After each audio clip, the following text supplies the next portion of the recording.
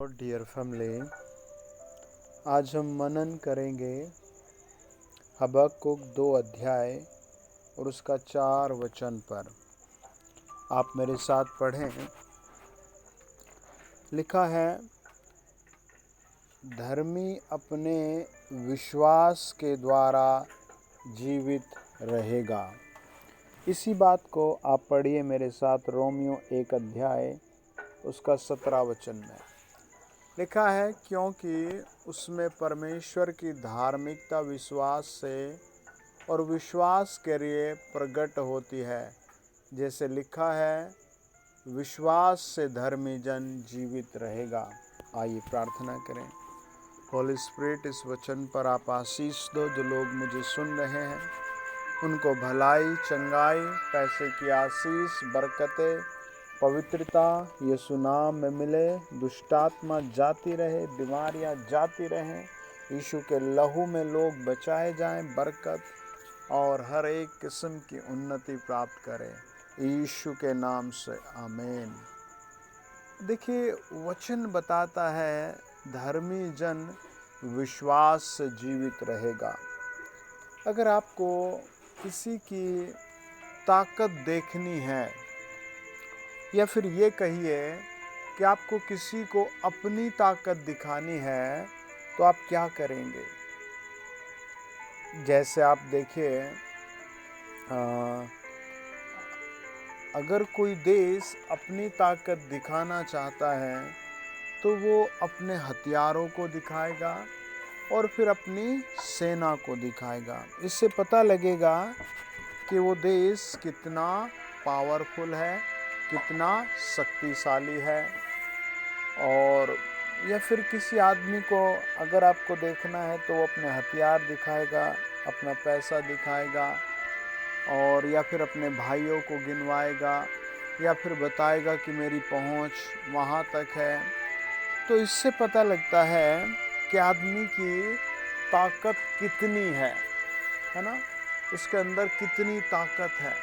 अगर आप प्रभु के एक सच्चे भक्त हैं, यीशु मसीह पर बिलीव करते हैं, प्रार्थनाओं में समय बिताते हैं, वचन के साथ समय बिताते हैं, तो मैं आपको बताता हूँ कि आपकी ताकत आपकी प्रार्थना है।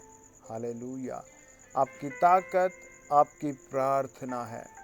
एक धर्मी जन की जब प्रार्थनाएं होती हैं तो परमेश्वर स्वर्ग से ज़मीन पर काम करने आता है। कई बार दिखता है, कई बार नहीं दिखता है, लेकिन काम हो जाता है। जैसे एक बहन अपनी बेटी की शादी के लिए बड़ा प्रार्थनाएं कर रही थी, और वास्तव में वो तो बहुत बोझ से दबी हुई थी कि मेरी बेटी की शादी कैसे होगी, कहाँ होगी, मैं इतना खर्च कैसे करूँगी। तो वो किसी तरह प्रार्थना में आने लगी, और फिर जब उसके लिए प्रार्थना और उपवास हुआ और उसने वचन पर मन लगाया, है ना। एक तो होता भाई मेरा काम हो जाए और मैं निकल जाऊं, एक होता है मैं गया प्रार्थना में, प्रभु ने कार दे दी, या फिर मेरी ये समस्या चली गई, या फिर मेरा ये काम सोल्व हो गया। एक ये होता है, लेकिन दूसरा होता है वचन पर मन लगाना, यीशु मसीह की ओर देखना। तो उस सिस्टर के अंदर, उसकी बेटी के अंदर इतना क्लैरिटी आ गई कि वो वचन को पकड़कर धन्यवाद देने लगे, वचन को समझ समझ कर प्रभु की आराधना करने लगे, है ना। एक होता है भाई आप शाम को टीवी ऑन करो, खाना बनाओ और फिर छोटी प्रार्थना करो, और जब तक आपको नींद नहीं आते आप टीवी देखते देखते सो जाओ, और फिर सुबह को भी आपका ऐसे रूटीन है, आप उठते हैं, नहाते हैं, नाश्ता करते हैं, थोड़ा सा प्रार्थना की, वचन थोड़ा देखा नहीं देखा और फिर भाग लिए, और फिर दिन में आप कौन से सॉन्ग सुन रहे हैं, किससे मिल रहे हैं, और ऐसे ही पूरा दिन पास हो गया। लेकिन एक होता है क्लियरली प्रार्थनाओं के लिए समय निकालना, क्लियरली अपने आप को अलग करना चीज़ों से। हालेलुया। हैं, टीवी, म्यूज़िक, इन सब से, इनके बीच में होने के बाद भी इनसे अलग आकर प्रार्थनाएं करना।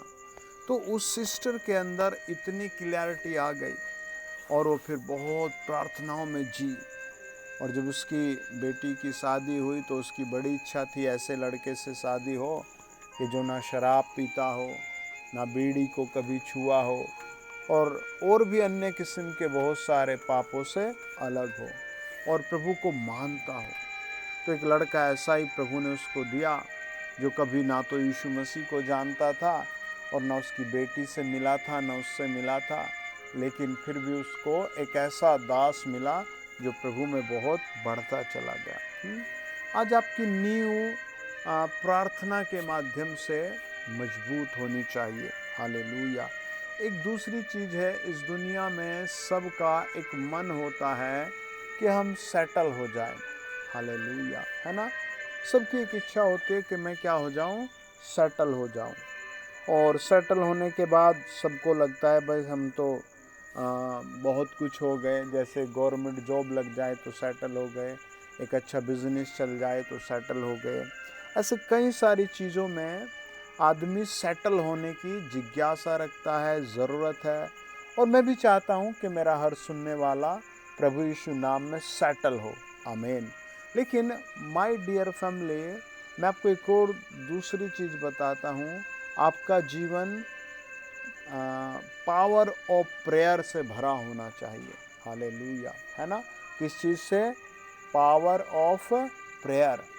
जैसे मुझे बाल कटाने हैं तो मैं क्या कहता हूँ, प्रभु इस सप्ताह कोई अच्छा दिन दे दे, अच्छा नाई दे दे, टाइम लग जाए। या फिर जर्नी पर जाना है, प्रभु वहाँ की विजिटिंग के लिए अच्छा देना, वहाँ के भाइयों को जागरूक करना, समय पर सब मिल जाए। या फिर पेस्ट खरीदना है, कपड़े खरीदने हैं, प्रभु यीशु इन सब में आशीष दे, बरकत दे। तो इन सब को ऐसे जब आप प्रभु के सामने टेकते हैं तो आप पूरा डिपेंड हो जाते हैं प्रभु पर, है सेटल। देखो लोग वचन क्या बताता है, हबक्कुक की पुस्तक 2 अध्याय और 9 वचन लिखा है,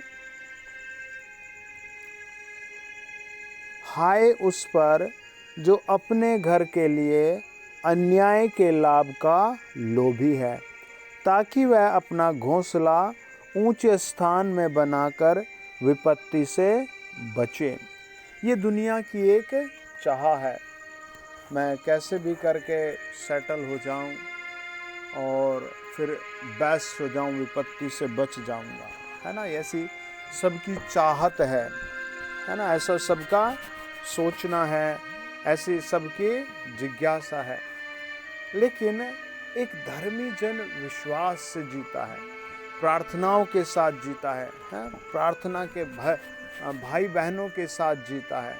सबका एक हियाव टूट जाता है एक उम्र पर आकर, ज़रूरतें कम हो जाती हैं, ज़रूरतें ज़्यादा हो जाती हैं। एक समय पर आकर लोग बहुत ज़्यादा अपने आप को बेबस भी फील करते हैं, है ना। उन सब में एक ही महसूस होता है कि शायद मेरे पास कुछ पैसे रुपए हैं, बुढ़ापे का सहारा होता।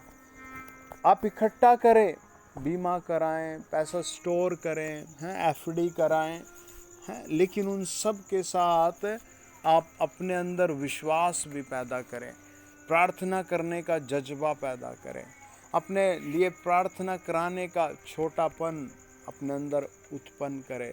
प्रभु के लोगों में रहना बहुत बड़ी बात है ना। प्रभु पर भरोसा करना बहुत बड़ी बात है। जब आप प्रार्थना के माध्यम से अपने काम को देखते हैं तो अलग जीवन होता है। हालेलुया, है। एक राष्ट्र में युद्ध हुआ पिछले दिनों, बताते हूँ पूरा तबाह हो गया। अगर वो प्रार्थना करते तो क्या पता युद्ध टल सकता था, है ना। होता है ना ऐसा। मैं कई बार जो मेरे पास लोग आते हैं मैं उनको समझाता हूँ कि कैसा भी माहौल हो फाइट से दूर ही रहना, कैसा भी माहौल हो प्रार्थना में ही रहना, कैसा भी समय आ जाए प्रार्थना ही करना।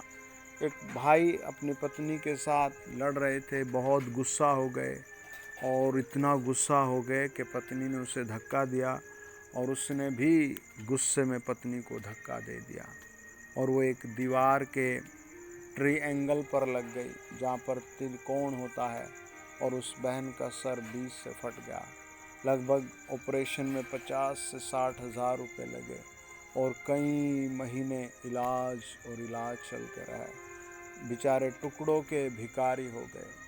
फिर किसी ने उनसे बताया कि तुम इन भाइयों को बुलाकर प्रार्थना कराइए, परमेश्वर के दास को बुलाकर प्रार्थना कराइए, आपकी पत्नी जल्दी ठीक हो जाएगी। अगर वो उस समय छोटे बन जाते तो वो टुकड़ों के भिखारी नहीं होते, है ना। परमेश्वर का वचन बताता है कि धर्मी जन विश्वास से जीवित रहेगा, है ना। आपको पूरा आश्रित होना है प्रभु पर। अपने आप को किसी भी चीज़ में सेटल होने के लिए कोई पाप के साथ समझौता नहीं करना है। किसी भी चीज़ के लिए देर हो गई मत करना। परमेश्वर के सहारे बैठकर देखना है। हालेलुया। 1 दिन, 2 दिन, 10 दिन प्रभु सुनेगा और प्रभु करेगा। प्रभु सुनेगा और करेगा। प्रभु सुनेगा और करेगा। प्रभु सुनेगा और करेगा। बाइबल क्या कहती है? यूहन्ना 14 अध्याय 27 वचन, मैं यीशु मसीह नासरी तुम्हें अपनी शांति देता हूँ। कौन सी शांति? अपनी शांति। जैसी संसार में ऐसी नहीं है, जो वस्तुओं से आती वो नहीं। वो अपनी शांति तुम्हें देना चाहता है। बाइबल कहती है गलातियों 3 अध्याय 11 वचन, यह बात प्रकट है कि व्यवस्था के द्वारा परमेश्वर के यहाँ कोई धर्मी नहीं ठहरता, क्योंकि धर्मी जन विश्वास से जीवित रहता है। दूसरा पतरस 3 अध्याय 9 वचन कहता है, प्रभु अपनी प्रतिज्ञा के विषय में देर नहीं करता, जैसा देर कितने लोग समझते हैं, पर तुम्हारे विषय में धीरज धरता है और नहीं चाहता कि कोई नाश हो, वरन यह सबको मन फिराव का अवसर मिले, है ना। प्रभु अपनी प्रतिज्ञा में कोई देरी नहीं कर रहा, एक भी प्रतिज्ञा में देरी नहीं कर रहा, लेकिन लोग बेचैन हो रहे हैं, लोग भगदड़ मचा रहे हैं, लोग दौड़ कर रहे हैं, रनिंग कर रहे हैं, परमेश्वर से भागने की रनिंग कर रहे हैं। हालेलुया। वचन कहता है इब्रानियों 10 अध्याय 37-38 वचन, अब बहुत ही थोड़ा समय रह गया है, जबकि आने वाला आएगा और देर न करेगा, और मेरा धर्मी जन विश्वास से जीवित रहेगा, और यदि वह पीछे हट जाए तो मेरा मन उससे प्रसन्न न होगा। है, परमेश्वर आपसे प्रसन्न नहीं होगा अगर आप हट गए। परमेश्वर इस बात से खुश होता है कि आप प्रभु के साथ जुड़े हुए हैं। आमीन। God bless you. आपकी तरक्की होगी। आमीन।